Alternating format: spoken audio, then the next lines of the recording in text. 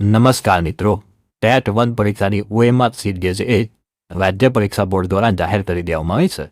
તો આજના આ વિડીયોની અંદર આપણે જોઈશું કે ટેટ 1 પરીક્ષાની OMR સીટ જે છે એ તમે કેવી રીતે ડાઉનલોડ કરી શકો છો, કઈ તારીખ સુધી તમે જે છે OMR સીટ ડાઉનલોડ કરી શકશો. સાથે સાથે તમામ ઉમેદવારો માટે ખૂબ જ અગત્યની સૂચનાઓ છે એ પણ જાહેર કરવામાં આવી છે. તો એના વિશેની સંપૂર્ણ ચર્ચા આપણે આજના આ વિડીયોની અંદર કરવાના છે. તો હવે શરૂ કરીએ આજનો વિડીયો. તો સૌપ્રથમ તમારે ગૂગલની અંદર જઈ સ્ટેટ એક્ઝામિનેશન બોર્ડ લખી અને સર્ચ કરી દેવાનું છે.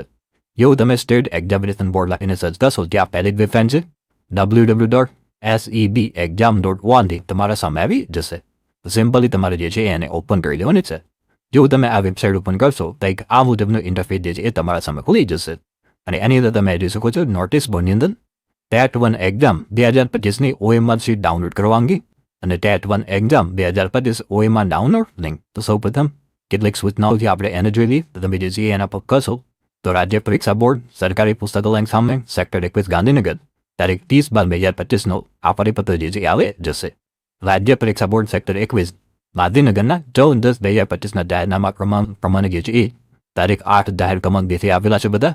તારીખ 21/12/2025 ટેટ 1ની પરીક્ષા બપોરે 2 વાગ્યાથી 2 દરમિયાન જે છે એ 12 વાગ્યાથી 2 વાગ્યા દરમિયાન જે છે એ યોજવામાં આવેલી હતી. ઉક્ત પરીક્ષામાં ઉપસ્થિત રહેલ ઉમેદવારોની OMR તારીખ 30/12/2025 રોજ કચેરીની વેબસાઇટ www.scbexam.org પર જે પ્રસિદ્ધ કરવામાં આવેલ છે. 3/1/2026 સુધી તમે જે છે ડાઉનલોડ કરી શકો છો. તો તારીખ 3/1/2026 પહેલા તમારે તમારી OMR શીટ જે છે એ ડાઉનલોડ કરી દેવાની છે. એના પછી તમે જે છે એ તમારી OMR શીટ જે છે એ ડાઉનલોડ કરી શકશો નહીં. તો આપણે જે છે પરિપત્ર બંધ કરી દઈએ છીએ. વેબસાઇટ પર ટેટ 1 એક્ઝામ 2025 OMR ડાઉનલોડ લઈ તમારે એના પર ક્લિક કરવાનું છે. તો આ મુજબનું કંઈક જે છે ખુલશે. એક્ઝામ નામની અંદર ટેટ 1 જે છે એ ઓટોમેટિક સિલેક્ટ કર્યું હશે. તમારો જે રોલ નંબર હોય એ તમારે જે છે અહીંયા નાખવાનો છે. તમારી ડેટ ઓફ બર્થ જે છે એ તમારે અહીંયા જે છે એ નાખવાની છે. ડેટ ઓફ બર્થ નાખ્યા પછી જે અહીંયા ડાઉનલોડનો ઓપ્શન દેખાય છે એના પર તમે ક્લિક કરશો તો તમારી OMR શીટ જે છે એ તમારા સામે ડાઉનલોડ થઈ અને ઓપન થઈ જશે. તો એકવાર તમારી OMR શીટ ડાઉનલોડ થઈ જાય પ્રોવિઝનલ આન્સર કી પ્રમાણે જે છે એ તમારે કેટલા માર્ક્સ થાય છે એ તમે કોમેન્ટ કરી અને જરૂરથી જણાવજો. જોઈ શકો છો રાજ્ય પરીક્ષા બોર્ડ દ્વારા તારીખ 24/12/2025ના રોજ જે છે એ પ્રોવિઝનલ આન્સર કી જાહેર કરવામાં આવી હતી. અને જે પણ ઉમેદવારો વાંધા અરજી કરવા માંગતા હોય એમને જે છે એ તારીખ 31/12/2025 સુધીનો જે છે એ સમય આપવામાં આવેલો છે. અને એના પછી તમે જોઈ શકો છો આ પ્રમાણેની જે પ્રોવિઝનલ આન્સર કી જે છે એ જાહેર કરવામાં આવેલી હતી. અને તમારે જો વાંધા અરજી કરવી હોય તો આ પ્રમાણેનું ફોર્મ જે છે એ ભરી અને તમારે જે છે એ ઓનલાઈન રજૂઆત જે છે એ કરવાની હતી. તો સૌપ્રથમ તમે અહીંયા જોઈ શકો છો જે અલગ અલગ પ્રશ્નો છે. તો એની અંદર જે પ્રશ્ન નંબર 43 છે એ જે છે એ શિક્ષકે બાળકોના ચિંતન શક્તિના વિકાસ અર્થે શું કરવું જોઈએ એના જે છે આ 4 ઓપ્શન છે. અને પ્રોવિઝનલ આન્સર કીની જે છે એ પ્રમાણે ઓપ્શન ડી જે છે એ સાચો આવે છે. પરંતુ સાચો જવાબ જે છે એ સર્જનાત્મક લેખન આવશે જેની આપ શ્રીએ નોંધ લેવી. તો આ પ્રમાણે જે છે 43મો નંબરનો પ્રશ્ન છે એની અંદર જે છે એ સુધારો થઈ શકે છે. અને એનું જે છે એ પ્રૂફ છે એ પણ તમે અહીંયા જોઈ શકો છો. આ પ્રૂફ જે છે એ અહીંયા ઉલ્લેખ કરવામાં આવેલો છે. એના પછી જે આગળનો પ્રશ્ન છે પ્રશ્ન નંબર 106 ગણિત શિક્ષણમાં કોઈ મુદ્દાને વિવિધ રીતે જોવાની પદ્ધતિ કઈ છે. એનો જે છે એ સાચો જવાબ અહીંયા જે છે એ આન્સર કી પ્રમાણે પરિસંવાદ આપેલો છે. પરંતુ સાચો જવાબ જે છે એ ડી આવો જોઈએ. એટલે બંનેને જે છે એ સાચા હોઈ શકે છે. તો બંનેની જે છે એ સમજૂતી આપવામાં આવેલી છે. તો અહીંયા તમે જોઈ શકો છો જે આ પ્રમાણે જે છે એ તમે જોઈ શકો છો જે તમારો બીએડ પેલું હોય છે પીટીસી નો કોર્સ એમાંથી જે છે એ એમણે જવાબ આપેલો છે. એના પછી પ્રશ્ન નંબર 143 છે એની અંદર આન્સર કી પ્રમાણે જવાબ જે છે એ ડી આપેલો છે.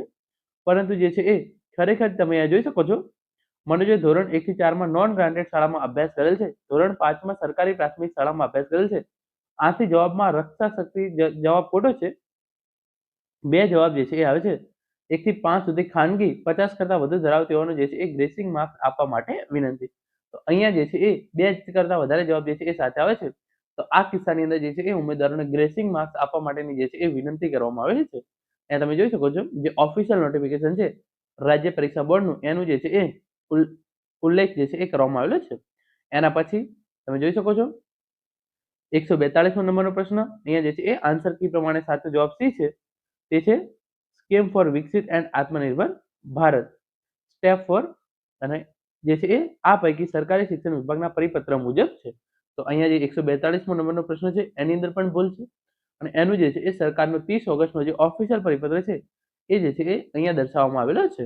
એના પછીનો જે પ્રશ્ન છે 26મા નંબરનો પ્રશ્ન, હાલમાં મૂળાક્ષર શીખવાનો નીચેનામાંથી ક્રમ સાચો ક્રમ કયો છે? તો આન્સર કી પ્રમાણે બી જવાબ આપેલો છે, પરંતુ જે છે એ સાચો જવાબ સી હશે.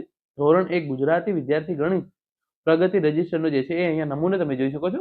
26મા નંબરનો પ્રશ્ન છે પ્રગતિ નંબરનો રજિસ્ટર, અને આ પ્રમાણે તમે જોઈ શકો છો જે મુદ્દા છે એ દર્શાવવામાં આવેલા છે. તો આ પ્રમાણે એની અંદર પણ જે છે એ સુધારો થઈ શકે છે.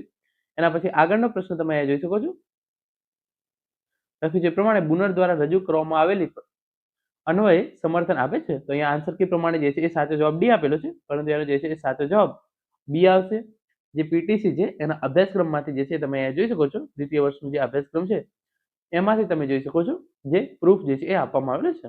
એના પછી પ્રશ્ન નંબર 2 જે છે એ આપેલો છે ઈ સિરીઝ પ્રમાણે કયા કૌશલ્યને વ્યક્તિત્વનું દર્પણ જે છે એ ગણવામાં આવે છે? તો આન્સર કી પ્રમાણે જે છે એ જવાબ બી લખેલો છે કથન, પરંતુ એનો જે છે એ સાચો જવાબ બી અને ડી બંને જે છે એ સાચા આવી શકે છે. તો આની અંદર જે છે એ ઉમેદવારોને ગ્રેસિંગ આપવા માટે વિનંતી કરવામાં આવેલી છે, અને તમે આ જોઈ શકો છો જે નમૂનો છે એ આપવામાં આવેલો છે. એના પછી પ્રશ્ન નંબર જે છે એ 105 છે. 105 પ્રમાણે ગણિત શિક્ષણ દ્વારા જે છે એ વ્યક્તિમાં ચોક્કસ ગુણ કેળવાય એ ગણિત શિક્ષણનું અમૂલ્ય દર્શાવે છે. એનો જે છે એ સાચો જવાબ ડી છે, પરંતુ બંને ઓપ્શન જે છે એ અહીંયા બી અને ડી જે છે એ બંને સાચા હોવાથી ઉમેદવારોને જે છે એ ગ્રેસિંગ આપવા માટે જે છે એ જણાવવામાં આવેલું છે. અને અહીંયા પણ જે છે એનો જે છે એ પ્રૂફ રજૂ કરેલું છે. એના પછી તમે અહીંયા જોઈ શકો છો આગળનો પ્રશ્ન છે પ્રશ્ન નંબર 105, જે સાચો છે ગણિત રિલેટેડ પ્રશ્ન છે. અહીંયા જે છે એ સાચો જવાબ બી આપેલો છે.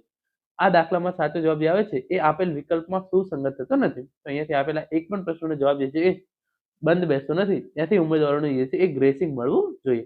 પછી આગળ તમે અહીંયા જોઈ શકો છો જે 75મા નંબરનો પ્રશ્ન છે એનો જે છે એ ડી આવે છે આન્સર કી પ્રમાણે, પરંતુ અહીંયા જે છે તમે જોઈ શકો છો સાચો જવાબ જે છે એ ઓપ્શન એ થાય છે. એટલા માટે જે છે એ અહીંયા આ પ્રશ્નનો જવાબ જે છે એ આન્સર કી પ્રમાણે ખોટો બેસે છે. અને એના માટે પણ તમે અહીંયા જોઈ શકો છો જે નમૂના આપવામાં આવેલો છે એ જે યોગ્ય જે છે એ આપેલો છે. એના પછી પ્રશ્ન નંબર 21 સિરીઝ જે છે એ પ્રમાણે આકૃતિમાં એ બી અને સી માં માટે શું સાચું છે? તો અહીંયા જે છે એ આન્સર કી પ્રમાણે સાચો જવાબ જે છે એ ડી આપેલો છે, પરંતુ જે છે એ એબીસી પ્રમાણે સાચો જવાબ જે છે એ સુસંગત થતો નથી, કારણ કે પ્રશ્નમાં એબીસી પ્રમાણે જવાબ પૂછાય છે. જે છે એ ઇઝ ઇક્વલ ટુ માપન, બી ઇઝ ઇક્વલ ટુ પરીક્ષણ અને સી ઇઝ ઇક્વલ ટુ મૂલ્યાંકન જે છે એ સાચો આવે છે. તો અહીંયા પણ એક પણ પ્રશ્નનો જવાબ જે છે એ આન્સર કી પ્રમાણે જે છે એ સાચો થતો નથી. એના પછી તમે આગળનો પ્રશ્ન જોઈ શકો છો.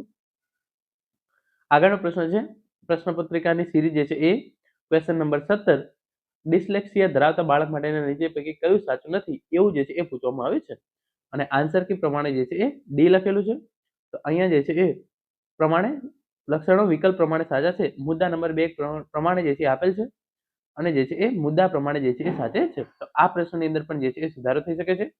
મોડ્યુલ નંબર પણ અહીંયા આપેલું છે, તમે જોઈ શકો છો. આ પ્રમાણે તમે જે છે એ સંપૂર્ણ વિગત જે છે એ આપેલી છે. એના પછી તમે અહીંયા આગળ જોઈ શકો છો એ જે છે એ એની તમામ જે છે એ વિગતો આપેલી છે. પછી તમે અહીંયા આગળ જોઈ શકો છો બસ આટલા પ્રશ્નો છે એની અંદર જે છે એ સુધારા વધારા જે છે એ થઈ શકે છે.